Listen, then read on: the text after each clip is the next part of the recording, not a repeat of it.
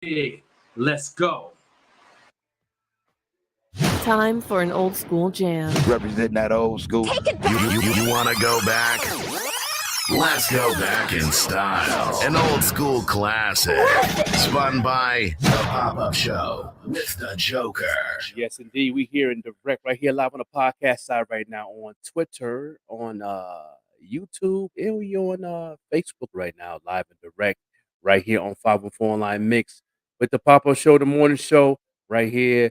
You know what I mean? Got my co-host in the building, in the house. Hey, how's You know it what I'm saying? going? Every Wednesday, Jerk Taker in the building. What's up, family? What's good? What's good? What's good? Yeah, man. How was your week, man? How was your week? Man, there's been a lot of progress and whatnot, but at the same time too, I've been going through some interesting issues health wise and whatnot. So I'm been trying to recover as well. So trying to do two in one. I'm glad you did well and done. You know what I mean? I'm glad you you know, saying the health is good and you moving forward. That's what's up, man. That's what's up. Well, I had a very busy week, man. It was a little bit of everything. I've been you know, working on some prep work for this album and new stuff for the radio show, and we just been no days off, man. I mean, you know, I'm surprised I have time to sleep. You know For what I mean? Like, sure. you know, I feel that. I feel that. yeah, you know, we grind and do what it do here on Awesome. 514 Online Mix .com. And also shout out to the Evening Rush Network. You know, you got definitely got to check that out too when you get a chance. They be on they podcast be off the chain, the topics and the entertainment and everything's going on there. You know, I've been having a good time. Finally get to tune in when I had a little free time. It's just amazing how the creativity everybody's doing is so big and it's so uplifting. It's so positive, man. I like that energy right there. You know what I mean? No Oh yeah. doubt, no doubt, man. You know what I'm saying? What's news? What trending topics you got going on that you have seen throughout your week? Throughout the week, well, I've been remodeling my place, and on top of that too, it's got to be a lot of that's going to be incorporated into my studio and whatnot. Like obviously, this is my studio that I'm in right now, but I'm also going to be having the whole thing similar color themes and all that. I'm trying to make everything nice and neat, organized, all that. We're going to be starting to get similar colors everywhere so that everything's not mismatched and all that. Right, And right. then on top of that too, I've been really just previously I was actually grinding really hard with a lot of the music and all that stuff, getting a lot of it done. Now I'm starting to get into the music videos, so we're locking and loading on a bunch of music videos. So then once I'm ready, I can start setting off a bunch of songs coming out and all that stuff. And and then I started hiring some people to my production. So some people are in training, some this and that. So Yeah, man. it's a lot going on. There's a lot going on still. Even right now, while I'm taking it a little easy, there's still a lot going on. Yeah, I know that training thing is some work. I do a lot of training from marketing training for people, and you know, I got some people that's fitting right now on some marketing coaching and some management. You know what I mean? And that's my passion to teach people to go to the next level of things too. But you know, thinking of that, the topic for the week is going to end up being I can see is about the EPK. And the first question of the day that Monday was what is the EPK? That you know what I'm saying. So I broke that down to people that EPK is an electronic press kit. That's an electronic version of a physical press kit. You know, back in the day before it was digital, before we had the digital world, you had to get a photo shoot done. You had to get a bio printed up on like on a resume type paper, professional. You had to the bio supposed to have everything about yourself. Also, any press kits of any magazines, newspapers, and stuff like that represented you and talked about you. Also, your demo was physical. It was on a cassette tape. They prefer a DAT tape back in the day. Cassette tapes work, but they prefer a DAT tape. Those who know what a DAT tape is the DAT tape is the what you need to record in the studio to your master. You know what I'm saying? After you do the mixing, your master, they used to put it on a DAT tape, not a regular cassette tape. You had, excuse me, you had a copy of it on the cassette tape that you can play, but that wasn't your actual demo. But some did use cassette tapes, but that was only for like if you was giving it to an executive. But if you want to give it to an A&R, they prefer a DAT tape, and that DAT tape was like a big tape. It was like a small version of VHS, and it was real small. And I remember I had got my first one, and it was very expensive back in the day. Things were now is very budgetable than it was back in the day to put together a press kit. So those that's now in the digital world, y'all got it made. It's easy to the budget to get your demo on CD, and what I'm saying, and digitally now on links, so you can email it to people, put it in people's inbox and stuff like that. WhatsApp and all these other devices and programs that we can use, and apps and stuff that we can use to push our music to the next level. So on the physical side, I don't know if you remember the physical side of the press kit. You know what I mean? Because you're a Nope, young I man. was too young. I was too young and not alive yet. You says that you came right in when the digital world was a factor. I remember those days going to the studio when studio time was $75 an hour, hmm and the average time to record back then was a max of 6 hours. You got to come in ready to pay for 6 hours worth. That's not even counting your mastering. Your mastering was 150 between 150 to $215 an hour between the mix and the master. That was just the recording process. Because back Wow. then the plugins was on the wall, and they had to unplug this to plug that in for the compressor, for the voice monitor, for the echo chamber, for the auto tune. If you wanted, everything had their own system, and each one of those systems in the studio gonna run you starting off. The cheapest up there was probably 1,500. The board itself by itself was almost 20 grand. So Wow. studio. So back then the studio was a little more expensive. It was hard to get in the studio. It was hard to budget. You had to get a lot of investors back then. You know What what I mean? years? What years are we talking about here? Just so I can get a rough estimate. This right here, well, it's been going on for years, but I started going in the recording studio. I was going in the recording studio around 91 91. when I Okay. went to Select Sound Studios in Kenmore. That was like the only recording studio that I remember. Besides when Rick James built his on Amherst.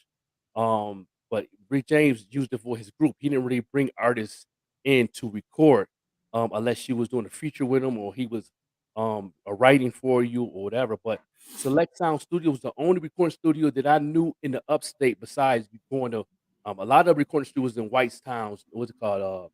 White Plains, New York. White Plains, New York had a whole strip.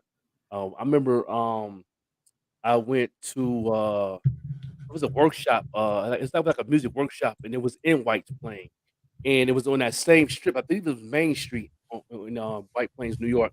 They had like 10 to 13 recording studios just in that strip. That was like the one of the mecca recording cities in New York State besides New York City that people was going to, and a lot of bands that came to New York was connected to like uh, uh, um, executives and stuff that knew people that had studios in White Plains, so they could book themselves a hotel. There was no Airbnb and none of that back in the day. You got to get that hotel right next to the strip, and you go in the studio. And yeah, this is around 91 when I first was in the lab, Select Sounds. But yeah, that was the thing. But that was the only studio we knew. Anybody else that had one in their house, it wasn't a studio. It was a production studio. You didn't go to certain people's houses to record unless they bought like a 4-track recorder, 8-track recorder. I think it was a 16-track recorder. And then, of course, the 32, 62. Now it's different now. Now you can go in people's studios now. I know a Patchwork Studio in Atlanta, they got a 120-track recorder, and it's all digital. You know what I mean? And they still got analog and stuff in there that you can use. And the analog sound is still pretty cool. You know what I mean? We got the V Green, the Queen in the Good building. morning. Good morning. I Yeah. had to do my Tim Hortons run this morning, and I thought I was already logged in on the phone, and I'm like, why am I not seeing anything? And then it's like, you must enter the studio. So Yeah. No doubt. good morning. Good Good morning. morning. Good Yeah, morning. no How doubt. are Yeah, you, so Jerk? I was breaking down Good. the EPK. I was letting them know the history of a press kit. And yeah, that's what we had to go through. We had to go Mhm. through that. That was it was hard to find investors. When my man EG and Lackawanna, we was invested in him. I was doing a lot of investing in him. I was buying cassette tapes. I believe his girl that he was with at that time helped him buy his first official. Um, it was a new 4-track, but you can bounce tracks to make it an 8-track. So it was a 4-track, but you can bounce the tracks after you mix them. You can bounce them to one track. You have an empty track, and you keep building like that, and it went all the way to 8. That was one of the first digital technologies of a 4-track to an 8-track that EG had got, that his girl had got him for his birthday. And then I used to buy him plugins. I used to buy him plugs, and I used to buy him bought a new EQ one time. He needed a new EQ, microphones. It was a built-in compressor plug-in on the one he had, so he didn't have to buy a compressor. But if you was a singer, it wasn't enough compressing sound for the vocals, so he would have to buy an extra one or take his actual recording track tape to the studio, pay for studio time to add those plugins, and then the artist could come in the booth and add more vocals to it and beef it up. But that was the process of recording back in the day. Everybody got everything in the computer right now where they can just do everything in hand. Everything's a little easier now, and studio time is cheaper. I think the most expensive digital studio I've seen was $40 an hour, and that's cheap. Wait, you said the most expensive? That was the most expensive. That's the most expensive studio I've seen, even out here in Albuquerque. It's $40 Well, an hour. I'm gonna say I've seen up to like 75 an hour, but I mean that's rare to find that now. But yeah, the thing I want to know what you think about because with social media and some other things and whatnot, there's probably more to certain things. What do you think? Even with it being more money back then, do you think there's still now with some of the newer things that are like incorporated now into like music and all that? Do you still think like that it's still easier now?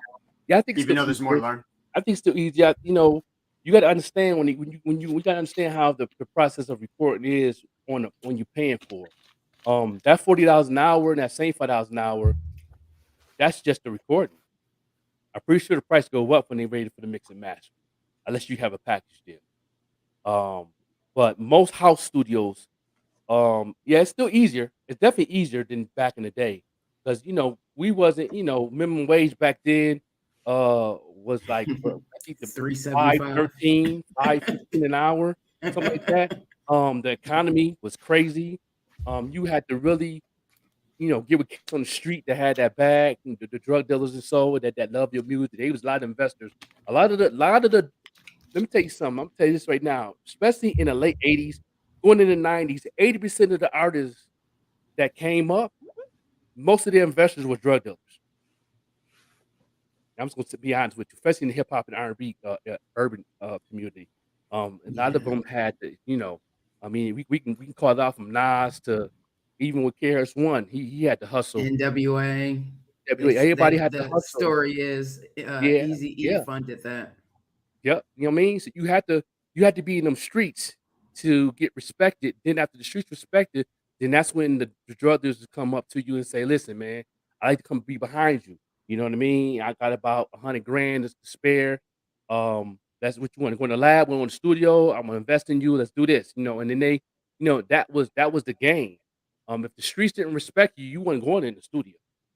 You wasn't getting that. Because I know a lot of people was investing in us in the pack, like they was putting together parties, fundraiser parties.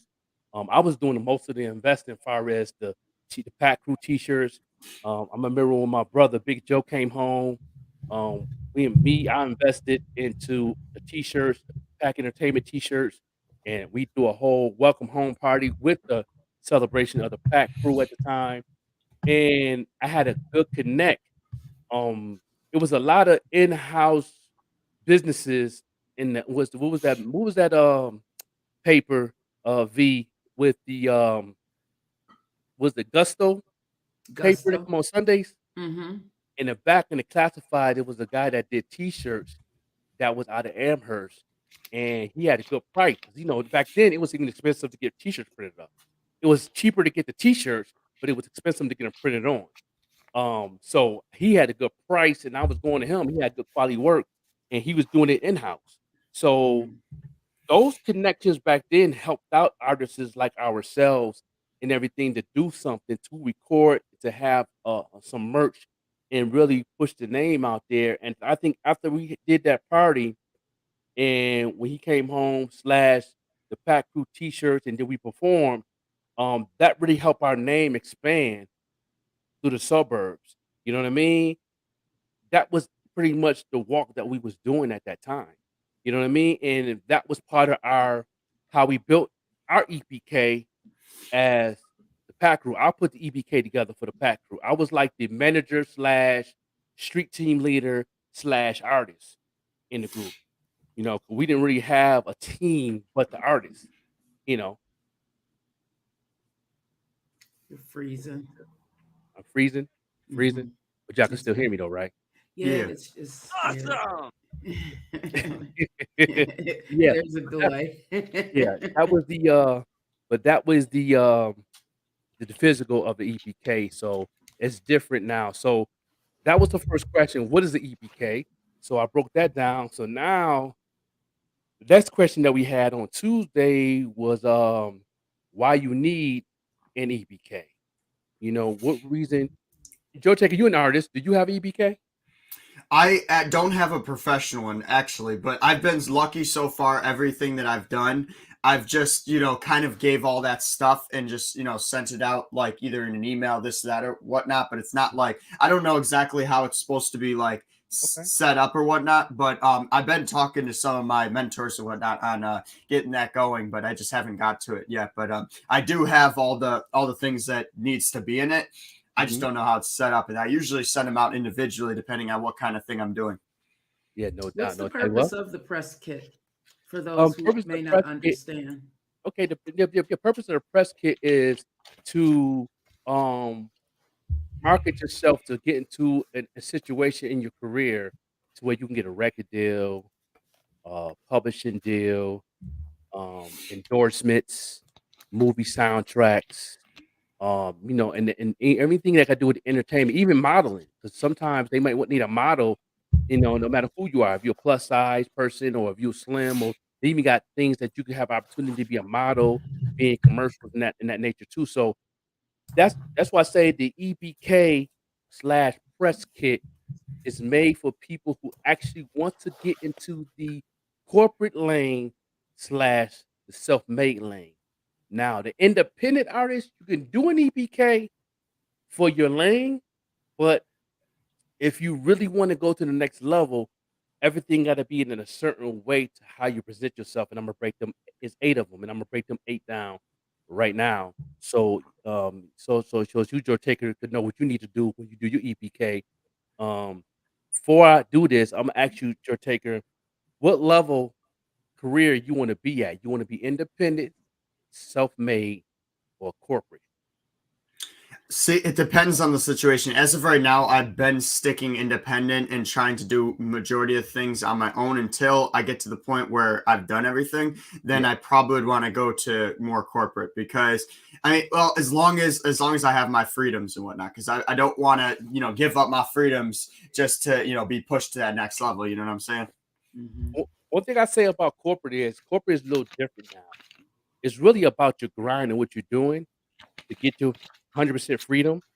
Um, Depends who's on your team, and depends how you moving, the way you move, far as your social media, your website, your Spotify, your Apple, and all your platforms. It depends how you moving with that. It depends what types of performance you've been doing, what relevant shows. See, it's everything gotta be relevant. Your shows gotta be relevant, your awards gotta be relevant, and your blog links have to be relevant. Them 3 things right there got to be in that lane automatic, to get to that level. But so it might be a situation that you might get a deal to where you'll have at least 90% of your freedom, but that 10% that you don't have freedom for is going to help you get to the level to where you can have your 100% freedom. You pretty much you can you can wave it out. I'm pretty sure you are telling your brother you know exactly what you need, what you want, and most artists don't know what they want. You know what I'm saying? So that's really surprising to have an artist like yourself that actually know what you want. That's Well, you that's want all. to know what helps that was a lot of times I pushed myself out and experienced a lot kind of early when it came to a lot of things, especially in the last year or so, because I've been really on my grind for the last year. Like, a lot of people say, all right, I did music for this many years, but now they haven't actually been on their grind that long. You know what I'm saying? Like, been on their grind and actually pushing out and trying to grow their name, kind of, perfect their craft, this and that. I've been doing that for the last like 2-3 years now. So, but music itself, 7+ years. So now I've been really pushing myself into like every opportunity, trying to, get a lot of collaborations, work with a lot of different music groups and this and that, try to perform in different types of areas and whatnot. So I've really pushed myself into a lot of different areas and got a lot of different mentors and talked to a lot of different people from all over the place. So I ended up getting like a lot of the, either advice or experience, or even like certain things like kind of early, because a lot of people, when they start on their grind, it might take them 4 years to start experiencing some of that stuff. You know what I'm saying? So I started getting it a little early and whatnot. So I know what I want, because there was a few things already that I messed up in, rather trial and error, etc., or somebody just doing me dirty or whatnot. So it's like I've experienced a lot of it already. So now I'm kind of set on, all right, I like this, I don't like this, I want this, I'm looking forward to this. This is my goals. Let's do it. Yeah, no doubt. That's what's up. A lot of artists ain't organized like that. A lot of them just say they want to be superstars or they want to but hit don't records. want to do the work. Yeah, right. They Don't just want to want do the it. work They They don't know want what it that. takes. Yeah, to do but the some work. say that and just don't know where to start, and that's fine. But just be honest with yourself. Like, I don't know where to start. I don't know how to do this. Some wanna want to hold that pride in and don't want to ask those questions because they think they know it all. Like, I'm gonna be a superstar. I'm gonna have the number one song. I'm gonna have the Grammy. I'm gonna be on MTV. You say, Well, okay, music is going to speak say it that, all. but you got to work towards that existence though. That takes a grind. That's work. That's sacrifice. So start off with this EPK. Like I said, it's made for self-made artists going into corporate. Number one, uh, put a link to all your social media, but this is the issue and the problem. We did a show on this already on how your social media supposed to look like in the corporate lane. And it's a lot of artists on social media that their social media is unorganized. So number one is social media got to be professional, and I'm gonna do another segment of the show in the future in that. But if anybody call and ask questions or put in the comments of what they need to do, I can go ahead and break it down for a little bit. But right now, I'm gonna keep it moving. Number two, your bio/biography in detail in your EPK. Like where you from, your age, who influenced you in music, what influenced you to start doing music, what school you went to, what did you do in music when you was in school, if it's high school, college, and them in that nature. Be in detail in your bio. Set your bio up like it's almost like a pre-script for a movie, so that consumer, the Jay-Z's and the Missy Elliott's and the executives from Rock Nation, and I keep going on and on, et cetera, et cetera, et cetera, to actually read your bio and know a lot about you before they even listen to the music. They gonna know automatic when they read that, like, okay, Joe Turkey is from so and so, so and so. He went to this high school. He did this type of music. He was in the group. Came out of that group. He did this, that, and the third. Then he went solo. He did a couple features with this artist, that artist. That's definitely have a good name for themselves. And they're gonna break it down to their executives to pretty much sell your product to the consumer to get you signed. That's what the A&R is going to do, because you didn't put your bio in the detail to where they can actually talk like they already know you already. They didn't even call you on the phone yet. You know what I mean? I want to know, how long should a bio be? Like, because I can make a bio extremely long, but then I've had people tell me before it's too long, you got to cut it.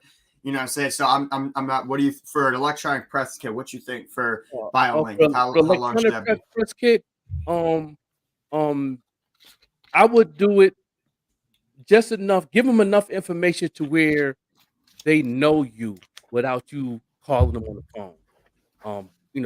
Break it down, like maybe 2 major stories in your life that made you, especially stuff that happened in your life. I hate to say this, but it is. If you had a tragedy in your life, put that in your bio. That's more attractive to more people to want to know who you are. You know what I mean? For example, on Conway's bio, he tells the story how he got shot, the story behind that. Um, you know what I mean? And it works for that. It works. Um, okay, no doubt. So you know what I mean? So put something in your life that really shook you up in your life. Like my story is me being in a group home, and you know what I mean, and being abused as a child, and all that type of thing. I will put that in my bio. You know what I mean? And then I came out of it. The music was my outlet. You know what I'm saying? Those type of stories will attract the label. You know what I mean? They would track the label to be like, okay, we need to sign this because you got to sign this dude because when he got a hit album, we could also probably invest in doing a movie on his life. You know what I mean? Doing a biopic. You know what I mean? So that's how you really can attract people. I know a lot of people will put stuff in their bio that nothing happened in their life and use it as a bait to get in, but down the line it can mess you up because guess what? That media gonna find out that you didn't go through that in your life. You didn't do this, and like the Rick Ross situation, but it didn't stop him. But a lot of people, it stopped a lot of people from actually taking it to the next level. So yeah, make sure you put all the important things that would catch their ear in your bio that make them say, okay, this dude been through some things. I can hear in his music, and he's talented, he's creative, and he's opportunity to even want to build his own company. So let's do that. Let's do that. So yeah, no doubt. Um, but photos, this another problem if you want to go to the corporate world. When I say photos, I'm not talking about selfies, selfies in the bathroom, um, you with your crew in the cafeteria, um, you know, pictures of you when you was in jail.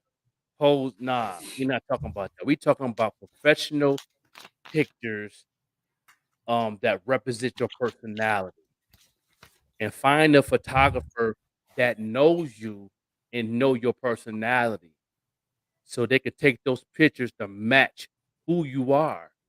So when the people see your photos in your EPK, before they even read your bio, they can have an idea of who you are. Like, okay, I like that. That picture represent. Okay, this must be a depression picture when he was going through something. This is his happy picture when he just recorded something. This is his. You know what I mean? They can see those different types of pictures. And you should have at least about, I say about 4 to 8 pictures in your EPK, physical or um your digital EPK. So yeah, so make sure your pictures is very professional. The lighting is good. They can see you. I see a lot of EBKs. People got pictures in there, um, pictures on there that had a shadow that they can't see who you are. Like, is that really him? Or that's a, you know what I mean? We gotta make sure that's you so they can see you.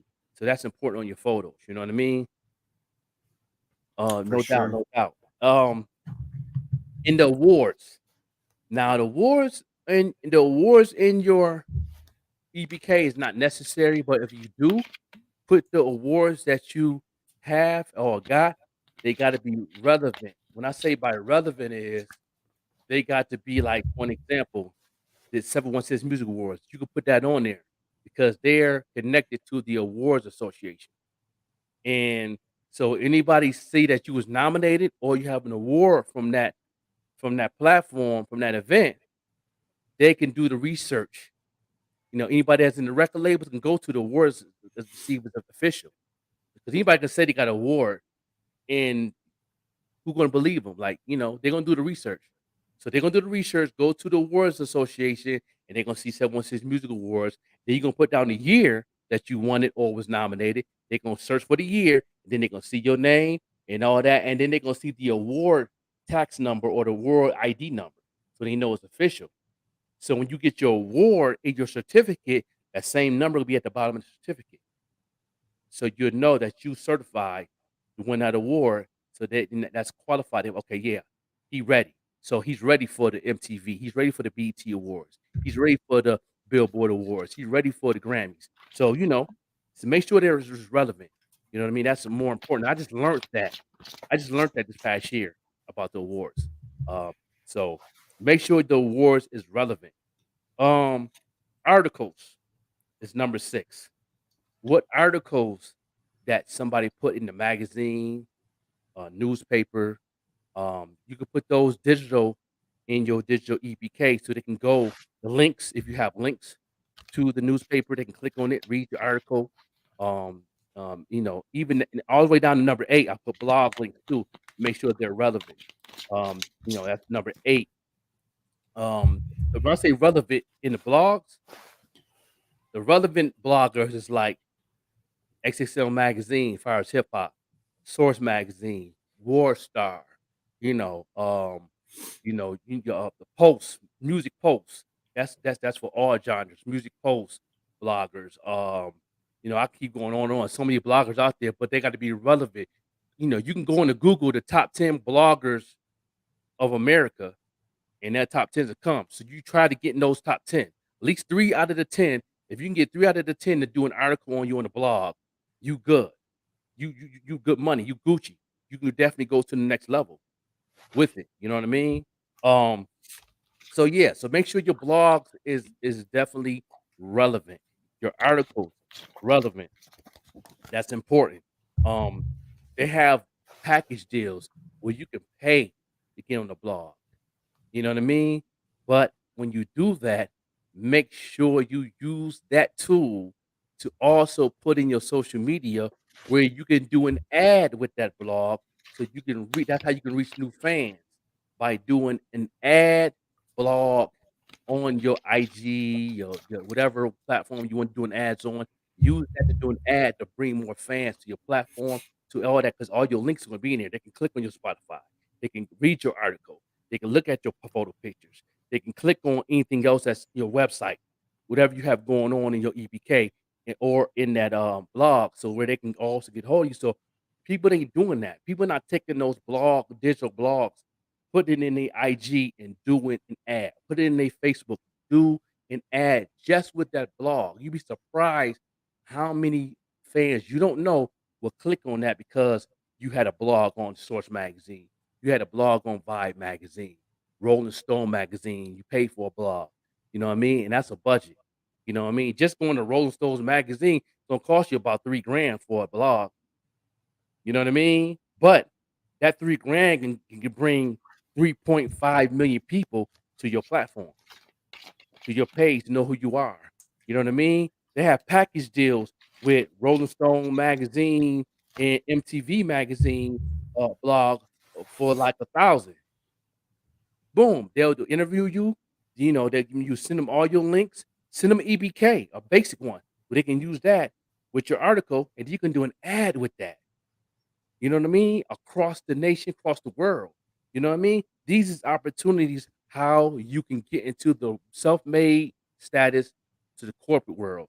This is for the independent artists that really want that Drake status. They want that Kendrick Lamar status, that Katy Perry status, that Rihanna status, who's doing the halftime show for the Super Bowl this year. So it's like, you know, these are the things that can help your career out. You know what I mean? So, you know, and that's the 8 things you need to have on your EPK to get into the corporate world. So with the EPK, What do you use for the electronic one? So like, because I've been told about it many times. I already know kind of the basics of what goes on it. And now that you covered most of that stuff, now I know a little bit more in depth. But I don't know exactly what to use, and I'm sure a lot of other people don't know what to use for an electronic press kit. What do you use for it? Because obviously it's probably all in one spot, right? Some is you can see you editor, you can do videos. So you can Well, I do do a a lot. digital you can do a video version. You can do a video EPK, like a documentary format. Okay. You know what I mean? Like you can have I prefer like the narrator of the EPK. Um, if it's about your life, that use your voice. On a professional level, use um a female voice is the best voice to use.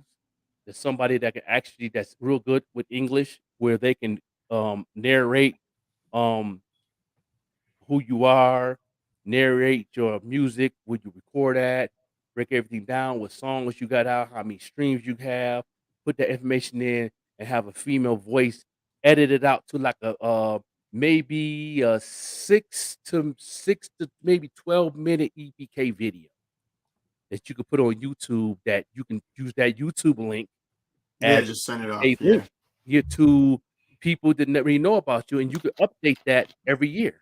Mm-hmm. You know what I mean? You can take that one down and put a new one up every year. And the year anniversary of putting that up, you can do an update version, because every year you're gonna have something new to put in there. You didn't did a show opened up for so and so, so and so. You need a model for this company. You didn't got a endorsement deal with Red Bull. You can put that in there. You know what I mean? You could update it every year as a documentation of who you are in that YouTube EPK, and you can use that EPK link. You can have an EPK page just for that issue, to where you can put small clippings of your upgrades or what you're doing. If you didn't want to take those down, you can have the growth of when I started here, and you can put your year of your EPK up, your growth. That's even good, because a lot of the labels want to know where you come from. They're like, yeah, he got like 6 EPKs, but it's the updates, and this the update is one right here. And they're like, okay, he did some work.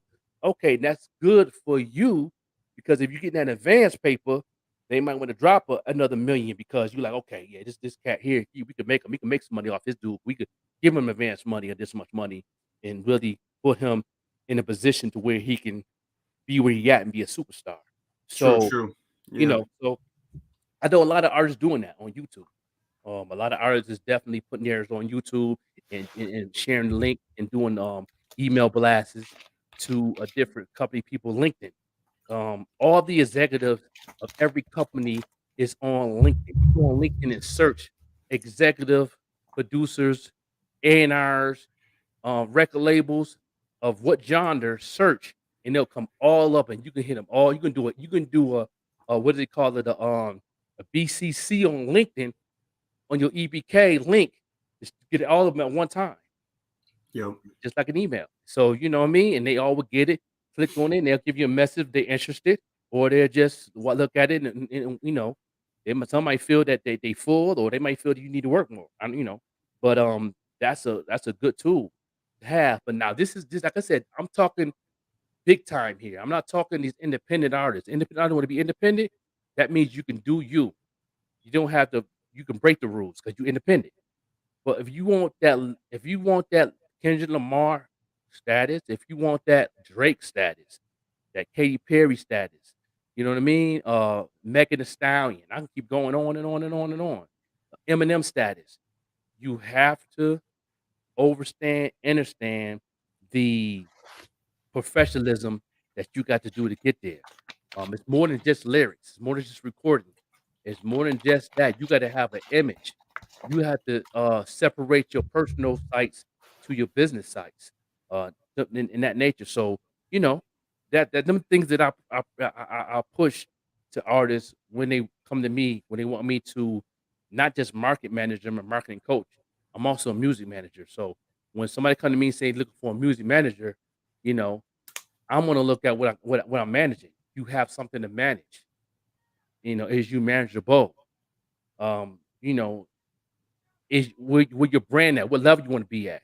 That's why I asked you that question. That's the first question I ask when somebody come to me and say, "Yo, man, yo, Joker, man, I want you to manage me, man. I need a music manager." What level you trying to be at? Independent, self-made, and corporate. If I got to break that down to you, I will, but that's to give me a sign that you ain't ready already. Not to be disrespectful. And that's the first thing. If you don't know those 3 levels, you know what I mean? That's when I'll be like, okay, right now he ain't ready, but I'm going to teach him, and maybe he'll be ready in 6 months or next year. And then you know exactly the artist. That's why I was surprised that you know exactly what you want, and you're the first artist in 2 years.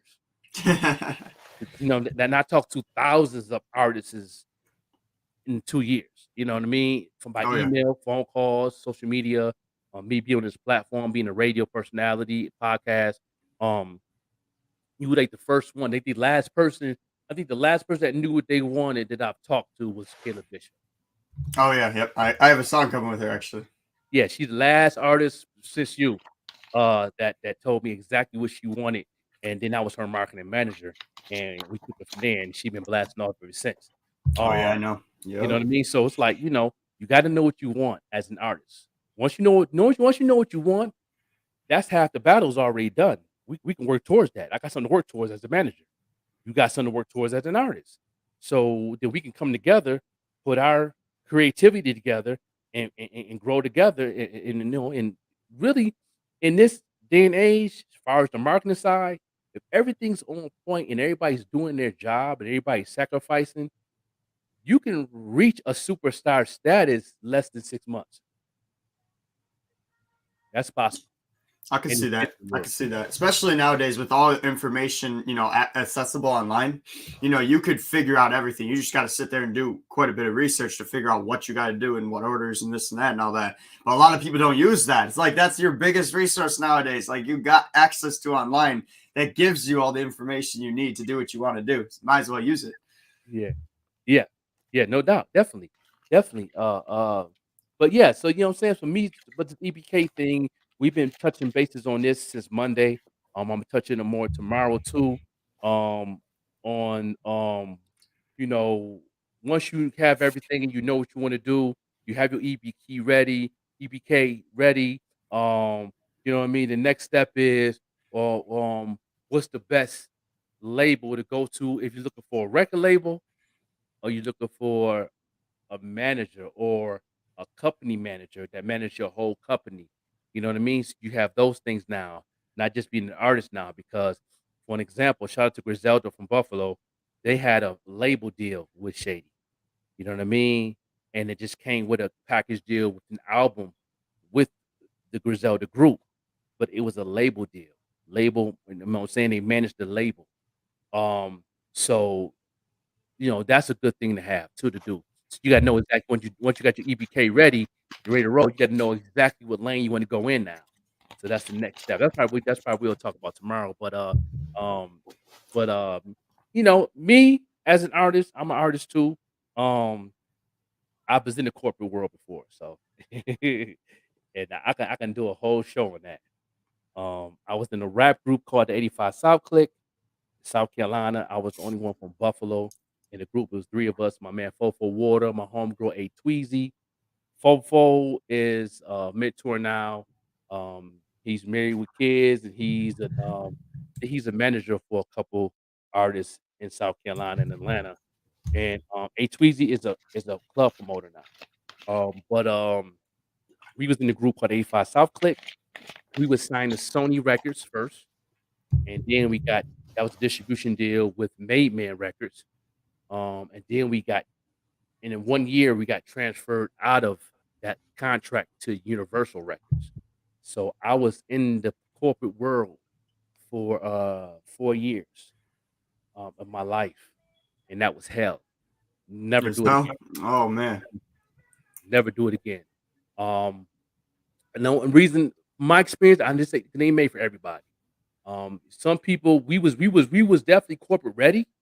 It's just the control part of it where, we want to express ourselves how we express ourselves, but we was respected to do tracks that fits the market to help them get their bag. But the thing is, they were so picky that they didn't like 90% of the tracks, but every time we released them on our own, as far as mixtapes, whatever, our fan base was crazy. This was the MySpace days.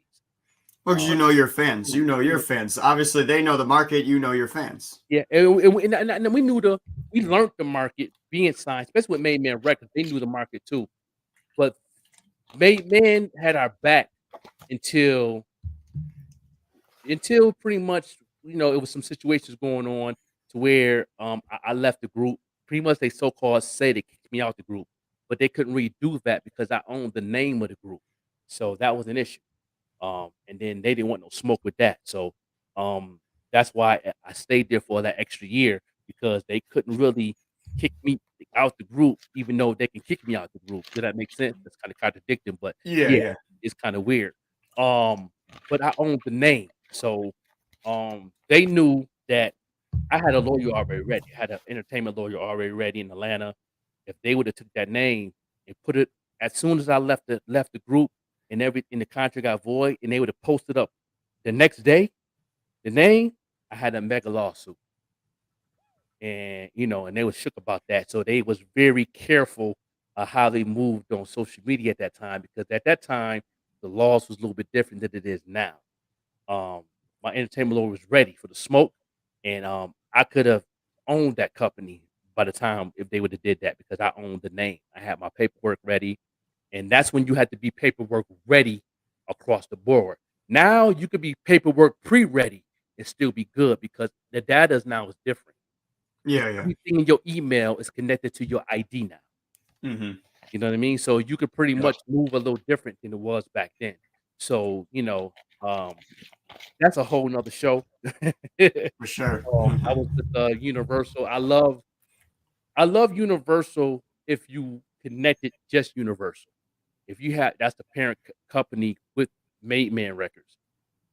I like Sony better. Sony was hands-on with us more than Universal as an artist, even though Made Man Record was our actual parent label. But I like Sony because they got involved in how we was doing things as far as the music, what pretty much lane we wanted to go in. A Tweezy and Fofo, they wanted the radio status and they wanted the TV status, which was cool. We can do that. I didn't care about that. Me being an underground artist all my life, I didn't really care about MTV, VH1, like that. But if they wanted that, I was gonna ride the wave with them, and I was showing them as a manager of the group what they need to do to go there. When they found out about all that work they got to do, it got kind of shaky a little bit. We did all right for a minute.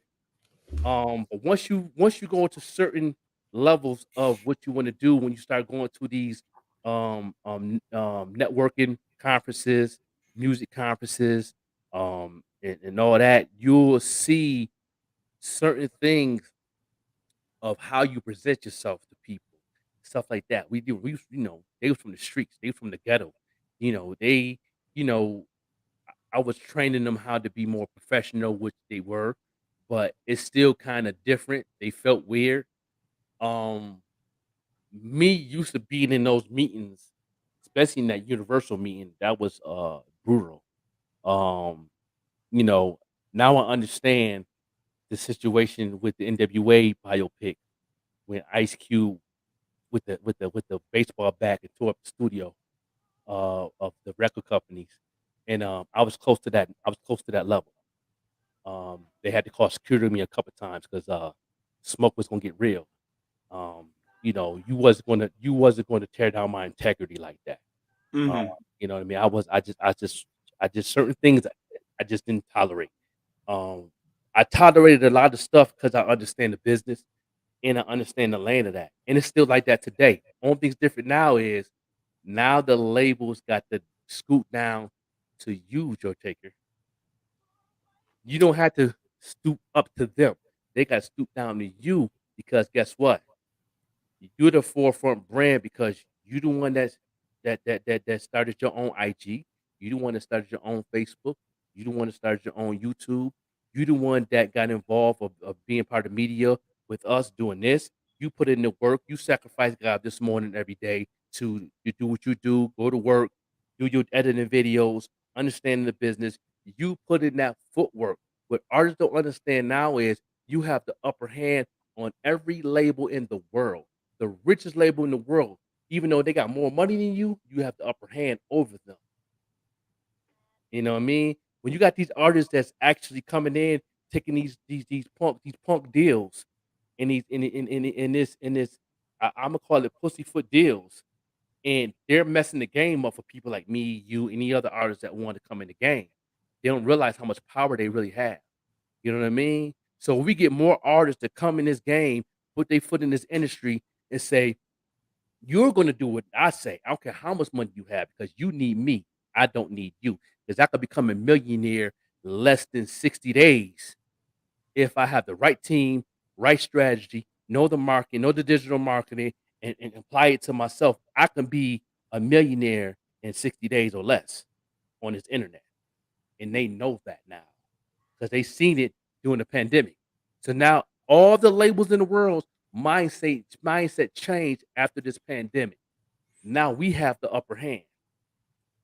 I see that, especially because like I've seen many artists that are independent. They're out here doing tours. They're building fans on their own. They're doing their own merch. They're doing their own videos. They're doing their own. They got their own. They're their own producer, engineer. They're doing their own everything. So it's like at that point, and on top of that too, then they get into the marketing. They start knowing stuff about that. And once you know all the basics to everything like that, you build your team to who's got the skills with certain things and stuff like that. And then you just keep doing it. And then it's like, and then you build more fans, you get more money, you start doing bigger moves, this and that, and everything like that. And at that point, they're like, what do I need a label for? What do I need it? I don't need it. Even these independent labels is coming. I have a couple independent labels hit me up just on my music side. I didn't even count the podcast side, and the radio. I have independent labels right now that's in my inbox, just sitting there because I told them exactly what I wanted. You know what I mean? If you can't reach those needs, then I can't reach yours. You know what I mean? Because they see the growth of what I'm doing, and at the end of the day, they're gonna miss out. Then I guess their mindset is now is I can find somebody that can take this deal. Guess what? As long as we have independent radio like 514 Online Mix, as long as we have these independent podcasters that's spilling these things, this information, and these marketing tips and all that, guess what? You're not gonna find another artist that you can come and throw anything in their face. It's not happening like that no more. And now they realize that now. Now they're building a relationship with me. They hit me up on my inbox. They follow me on IG. They follow my radio show. They listen as we speak. I guarantee they're listening right now. You know what I mean? And they staying in tune with what I got going on because guess what? I have the upper hand. I'm the man. I'm the boss. You got the money. I'm the boss. You know what I mean? Guess what? Guess what now? Guess what? Who said this? I think it was one of my mentors that I listen to all the time. It might have to be my man from I forgot his name, but he said that we're the boss now and they have money. Money is not power anymore in the music industry. Money is not power no more in the industry. Care what nobody say. Now, if you want to pull in, if you want to punk down to get those deals, then guess what? The money is powering over you now. I would say it's freedom. I would say it's freedom, and it's your ability to be able to know your worth. That's the power. Yeah, right. You know what I mean? So no matter how much money these labels got now, they got to go with your check. If they like your brand, love what you're doing, and they know they can make $1 billion off of you less than 6 months, they're going to do whatever you want, as long as they can get their share. Mm-hmm. You know what I mean? For sure. You come to them and say, "I want this, and the third, this, and that, and that, and that." And at the end of the whole thing, I say, "But you got to invest in me, and this is how much money I want." Mm-hmm. I actually had two labels try to hook a deal with me, but the problem is when I was reading over some of the stuff that it entailed, I was like, you're going to be pushing me quite a bit on timing. I don't know if I could pull that stuff off. And then on top of that too, it didn't seem like I had much freedom with it. So I was like, I don't know though, because like some of these things, it sounds like I don't have a lot of freedom with it. So they were like, well, sometimes you got to, sacrifice certain things in order to, be successful in certain industries and whatnot, especially in entertainment. And I was like, I don't know though, because like I'm still progressing every single day. It's not like I'm gonna be lost if I don't go with you. You know what I'm saying? Like I'm gonna just keep progressing. Eventually, there's probably gonna be a better deal. Goodbye. Yeah. So I was like, I don't know. I don't want to accept that because it sounds like an amazing deal. There's a lot of money on the table, but I just don't know because what if I get a deal that's even more money in the future and I have more freedom? So it's like I'd almost want to, turn it down just because I'm going to keep progressing. It's not going to be my last, opportunity. There's unlimited opportunities nowadays. Guess what I did? I did that to a label. I think it was a management label, and I look at their contract. I read it. I talked to a couple of lawyer friends that I know that read it, and I typed up a contract of what I want. So you could do whatever you don't like on there, put it in there. Say they say on a piece of a contract, they say, oh, we want 50% of your merch. We want 90% of your masters.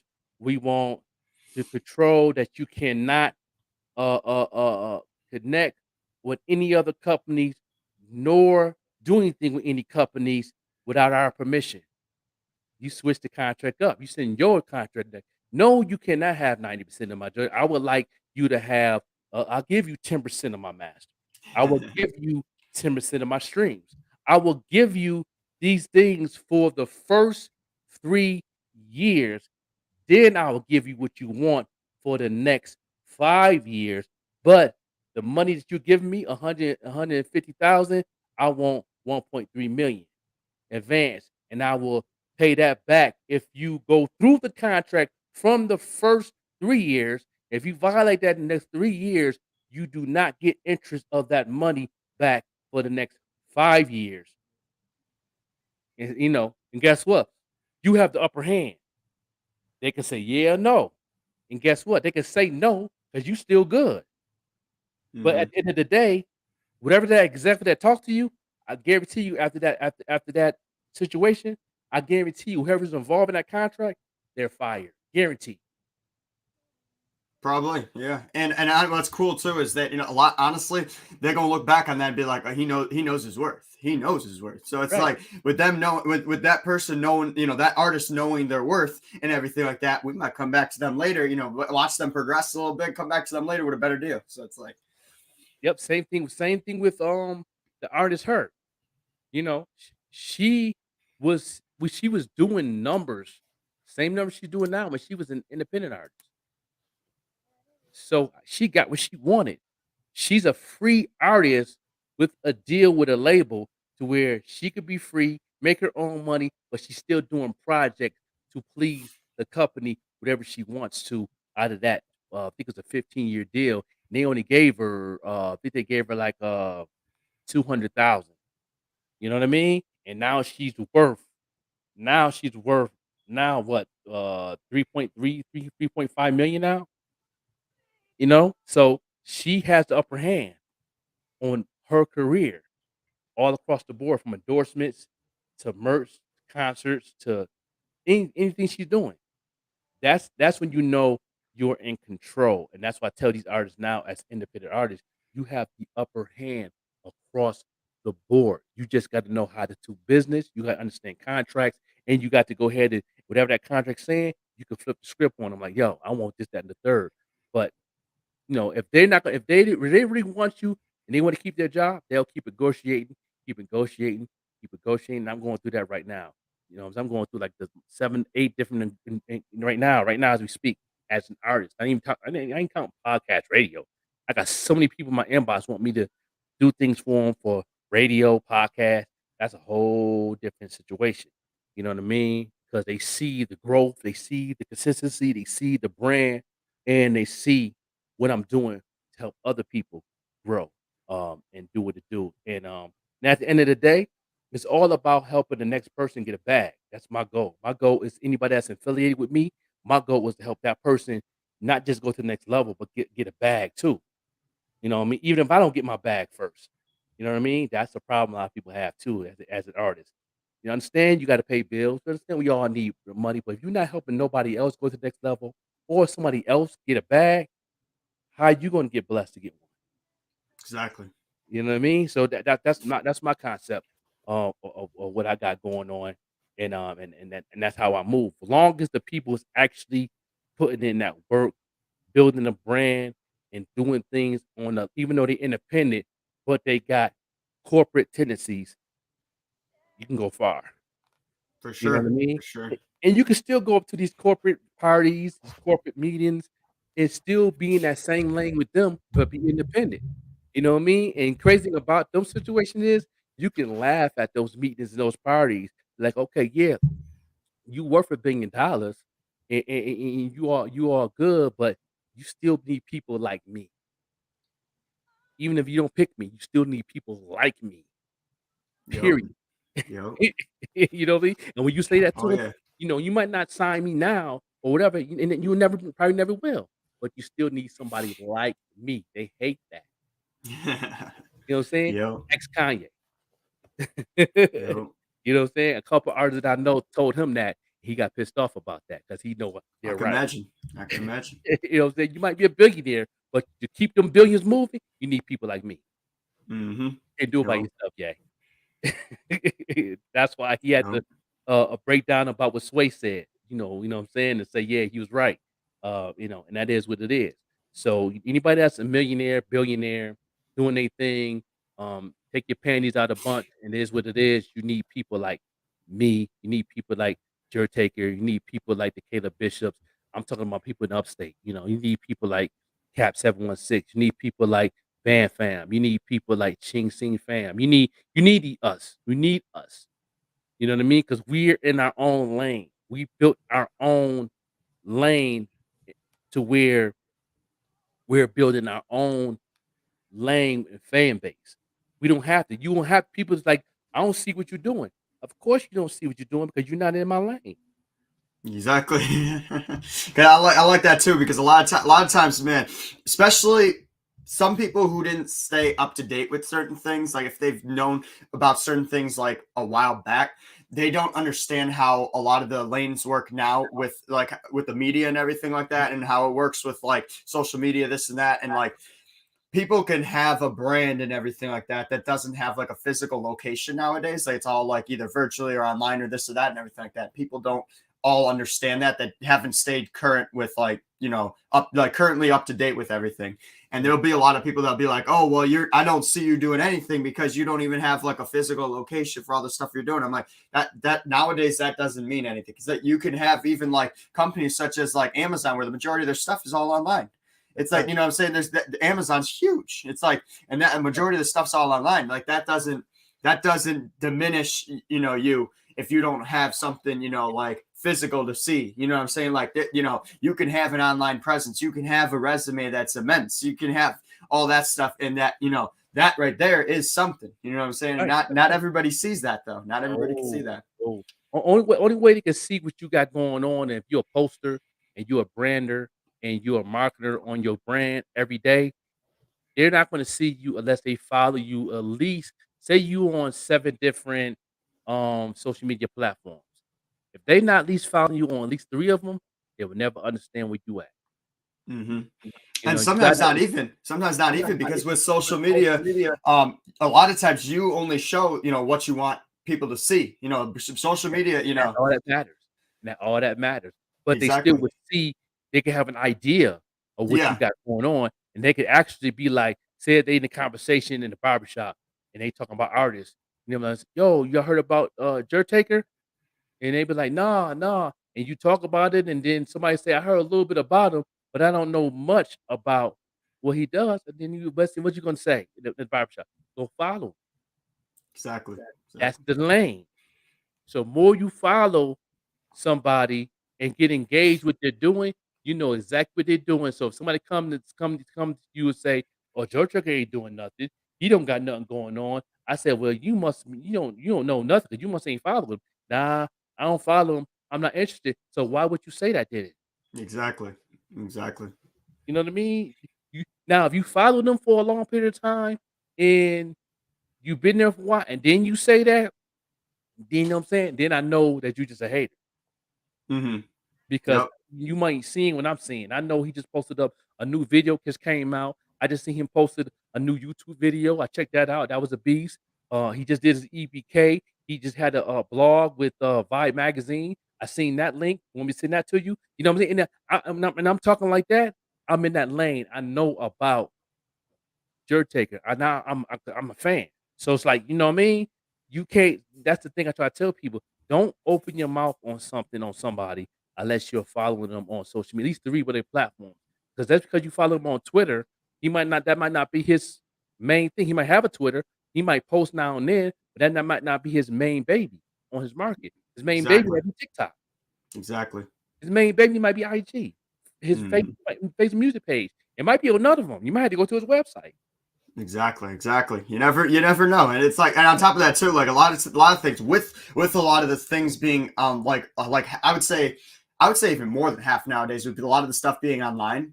You know, it's hard to say exactly what people are doing because they could be doing something on, like, say Twitch, for example. I don't touch Twitch. I'm gonna be honest. I have a Twitch. I don't touch it. Right. So like, there's people that are blowing up like crazy on Twitch. I wouldn't know. I wouldn't know at all. Right. Because you're not in that lane. But if you in a lane in that person somewhere else where you're not blowing up, but they got good content, you can actually say, I know a little something about that artist because I do follow him on IG, and I like that one video he came out with last year. That's my joint. Or I like this song, or I like this video he did with somebody or a feature or whatever. And you know a little bit about that person. You know what I mean? You could say a little something like, oh, yeah, I like that. But that person might be the bomb. He might be a Drake status on TikTok, like you said. You know what I mean? So I tell people all the time that a lot of people say always come to me. Some people come to you have lately been coming to my inbox saying they don't know what I got going on. They don't know what I'm doing. And I'm asking them, is you follow me here? You follow me there? And this, that. And they say no. I said, well, of course you ain't gonna know that. But how Yep. did you find me though? And they Exactly. so tell me about you, and he posted up on his page. I said, well, there you go. Exactly. You know what I mean? And then it ticks me off, and then I want to call you a dumbass. Like, why would you come my inbox saying that? Like, Yeah, you know what I mean? literally. But I asked It's you a crazy. question. How did you find out about me? Exactly. For you to go on my inbox. For you to real. say that. I get that all the time too. I mean, like, people be interesting. Sometimes they'll be saying stuff like, "Oh, you're not relevant. This, that, and everything like that." I'm like, I'm not relevant yet. You know my name, but don't know much about me and everything like that. Yet you still know my name. You have to understand. Even if you don't know much about me, you still know my name. As it's like, so how you gonna say I'm not relevant? I'm relevant enough to be in your mouth. Right. Exactly. You know what I'm saying? Literally. Pause though, but literally, you know what I'm saying? But it's like, them the things that people gotta understand about this digital world, that it's open for so many angles to where, everybody's lane is different. Somebody can be a superstar in their lane, like my homegirl, Whitney Payton. She's on tour, and her lane is solid. You know what I mean? She's her net worth right now got to be at least 350,000 a year, just being an independent artist, traveling, her merch, everything. Her lane is solid. That's an independent artist on steroids. Period. So guess what? She turned down 4 labels already. Yep. She turned down one of the biggest labels in the world, Columbia. Gave him a no. You know what I mean? I'm good. You know what I mean? And she could still get into the independent lane. Like I tell people, that MTV lane is real easy right now. If you're an independent artist and you got some clean, good music, you can get in that MTV lane real easy. MTV lane is easy now. People know how easy it is. Did you watch the MTV Awards, this last one? I didn't know. No. Yeah, if you can go, if they replay it or you look for it on YouTube, watch that. You see 80% of the artists that was nominated was independent artists. Oh, really? You know what I mean? MTV didn't step their game up. That lane is, especially in that K-pop sound, that pop sound, a temporary hip hop type of sound is solid. It's solid on MTV right now. That's why I can't wait for my next release with because it's got like it's a pop song. Yeah. It's about to go crazy because it's gonna be on MTV, BET, Music Choice. I can't wait to That see what is that's gonna do. the lane. That's all you need is one. Yep. You do one song, then you can do whatever you want to do on this platform and do whatever you want to do just off that one song. And then you can go ahead, you can go to the boom bap if you want to. You can go to the reggae music. You can go to the gospel if you want to go that lane, country. Yep. You can do what you want to do because you get that one song to hit that lane on the independent side. That's all you need. And it really is hard, but it's easy at the same time. It's contradicted, but it really is easy as long as your grind is on level and you know exactly that lane, and you know exactly what you need to be doing by getting these notes and stuff on marketing with people that's on the internet and all different people, including myself, and taking these tips, apply it to your life, take it into the next level. I guarantee you it's possible in 6 months you can be one of the top artists in that lane of MTV and VH1. Very easy because I've seen it watching the awards. Like everybody that was nominated didn't know a lot of them, but some I did know. I've been knowing their brand since they first started. You know what I'm saying? The one girl, the Chinese girl that do K-pop. I've been following her since MySpace when she was 12 years old doing it. Now she's 22, killing it. You know what I mean? Like what? Like I remember when she was 12 years old with her YouTube videos back in the day when she was killing it on MySpace. You know what I'm saying? So, you just got to know what lane you want to do, and you got to know what you want to do as an artist. Once you know that, go for it. Take it there. Before you know it, you'll find people that want to be a part of your brand for free and don't ask for nothing. You know what I mean? You know what I'm saying?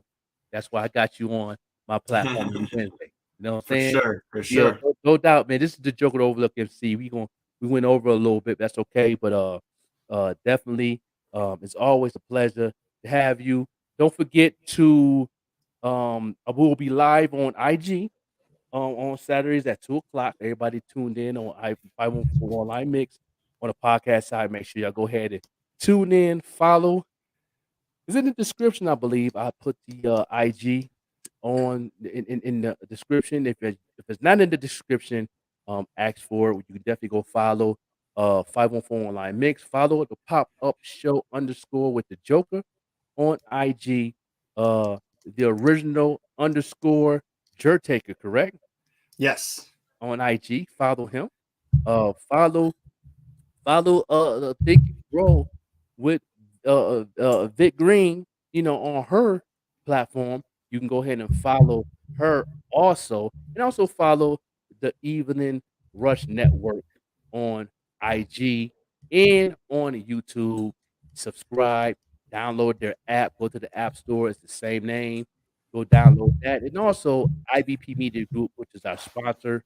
Also, follow IBP Media Group on YouTube as we speak. You can go ahead and follow, subscribe, like, comment, and save.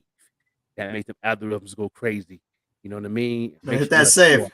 Yeah, definitely. So we gonna get up off here on the podcast side and definitely do what we do.